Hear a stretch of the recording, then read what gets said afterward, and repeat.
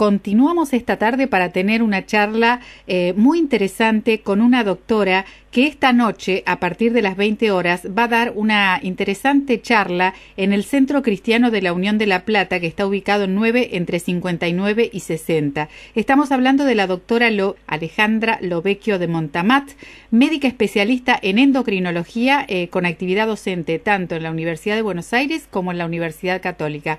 Alejandra, buenas tardes. ¿Cómo estás? Margarita te saluda. Buenas tardes, Margarita. Es un gusto escucharte. Para mí también estar conversando con ustedes en esta tarde.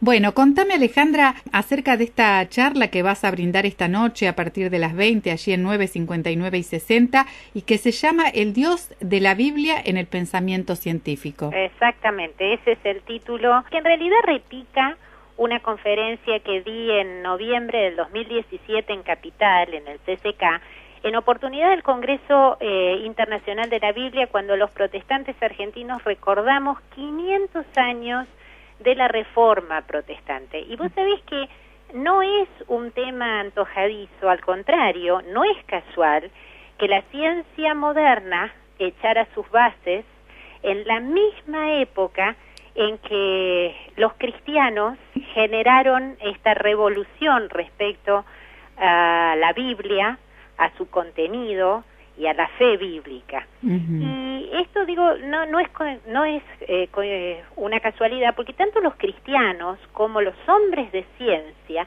en ese momento particular, en el siglo XVII, manifestaron ese profundo deseo de volver a encontrarse con la verdad, o hallar la verdad. Los reformadores con fuerza buscaron las bases en la fuente de ellos, que es la Biblia, mientras que los científicos fueron a la fuente de la naturaleza, y es así como ya llevamos 500 años de historia acumulada en el conocimiento científico, y esto abarca en especial. Lo que quiero dar en esta noche es a las ciencias de la naturaleza, que incluye el estudio, el conocimiento del universo y de la vida. Y suelo yo decir esto, bueno, hay quienes tienen claramente una aversión a la Biblia, y vos sabés una cosa, yo creo que si los hombres de ciencia en aquella época le hubieran hecho caso a la Biblia, hubieran empezado a averiguar más rápidamente, por ejemplo, que el universo tenía un principio. El hecho de que en aquella época los escolásticos hablaran de una tierra o un universo que era existente, estacionario y eterno, no es una verdad bíblica, es en todo caso una verdad de Aristóteles. Hasta en ese sentido, yo creo que a veces se ha maltratado el concepto de o fe o razón, o fe enfrentada a la ciencia. Vos sabés que uno de los puntos que voy a tratar en la conferencia es que la fe y la ciencia no están enfrentadas. Es un debate eterno ese, claro. Porque cuando uno se inserta, qué sé yo, en el mundo académico, parece que tuvieses que dejar de lado, si es que tenés alguna creencia religiosa, como que fuesen cosas incompatibles. ¿Por qué no lo son? Es interesante. Roger Bacon, iniciador de la sistemática en la ciencia, en ese momento decía, bueno, Dios se revela en dos libros, una es la Biblia y la otra es la naturaleza, y ambos deberían coincidir, con lo cual no coincidir en el sentido científico, sino que ambos deberían ser estudiados o conocidos por el hombre. Tenemos grandes científicos, Newton, Kepler, eran profundos cristianos, hombres de fe, y sus convicciones de fe no hicieron mella, no en ningún sentido bloquearon sus capacidades de hacer ciencia tal como lo hicieron. Ahora, lo que yo voy a compartir en la conferencia es ese camino y quizás los motivos por los cuales desde 500 años atrás hasta el siglo XXI, hoy en nuestros días, se ha dado vuelta a esa condición.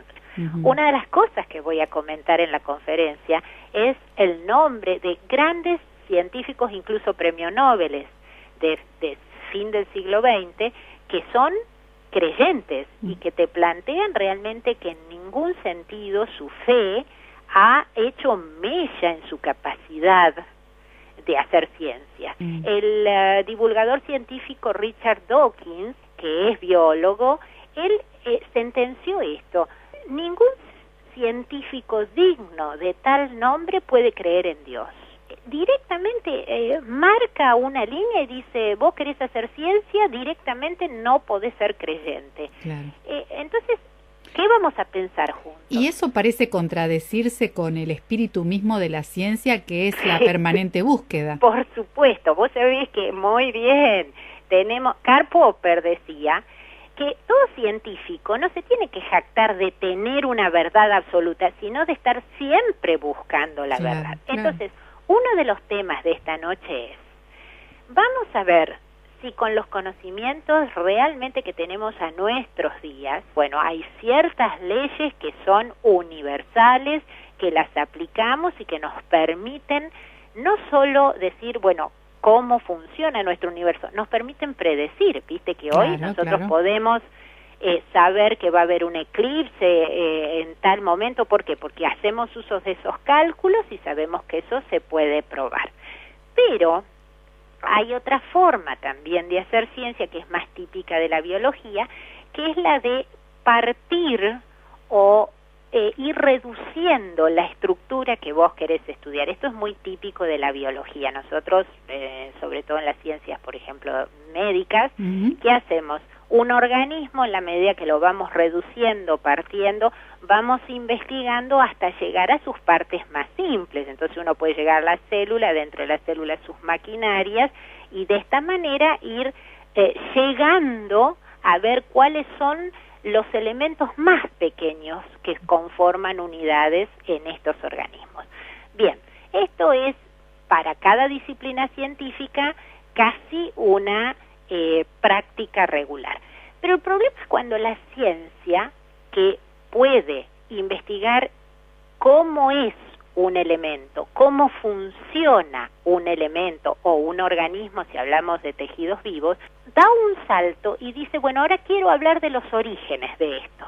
Cuando ya queremos hablar de cómo comenzó el universo, cómo comenzó la vida, y sobre esto voy a hablar especialmente en la conferencia, ya tenemos que abrir un poco más la mente y decir, bueno, los científicos no somos objetivos para decir cómo empezó esto, o sea, nosotros no estamos por fuera de lo que estamos estudiando, y es por ello que, siendo subjetivos al universo, lo que podemos hacer respecto a decir cómo se inició el universo. La gran pregunta es, ¿al universo lo creó alguien o el universo se creó a sí mismo? Entonces, ¿qué tiene la ciencia? La ciencia puede tener a este nivel indicadores y hacer inferencias de que algo empezó a existir de determinada manera. Allí viene la gran diferencia de cosmovisiones en la ciencia, tanto del universo y de la vida. La mayoría de los científicos, por su cosmovisión atea y materialista, quiere posicionarse en que no hay una mente detrás del universo. El gran desafío del científico que es cristiano es, si la Biblia me plantea esa cosmovisión, ¿yo puedo seguir haciendo ciencia aunque muchos otros me digan de que no está bien, que yo no puedo hacer verdadera ciencia si soy cristiana? Bueno, yo te quería hacer una pregunta final que tiene que ver con si vos considerás que en la comunidad científica hay gente que se autocensura para pertenecer. Ah, qué interesante. No es el caso de las personas que yo conozco, pero reconozco que, por ejemplo, hoy puedes hacer ciencia en distintos ámbitos, y que hay ámbitos donde es casi dominante el secularismo, y con lo cual puede ser que haya personas, me incluyo a veces, que no busquemos ser abiertamente defensores de nuestra cosmovisión, porque sucede de que este tipo de temas, hablarlos en nuestros días donde domina ese relato que es un relato que te impone un determinado grupo, puede terminar mal, puede hacer que las personas que puedan tener alguna inquietud espiritual terminen por esa discusión evitando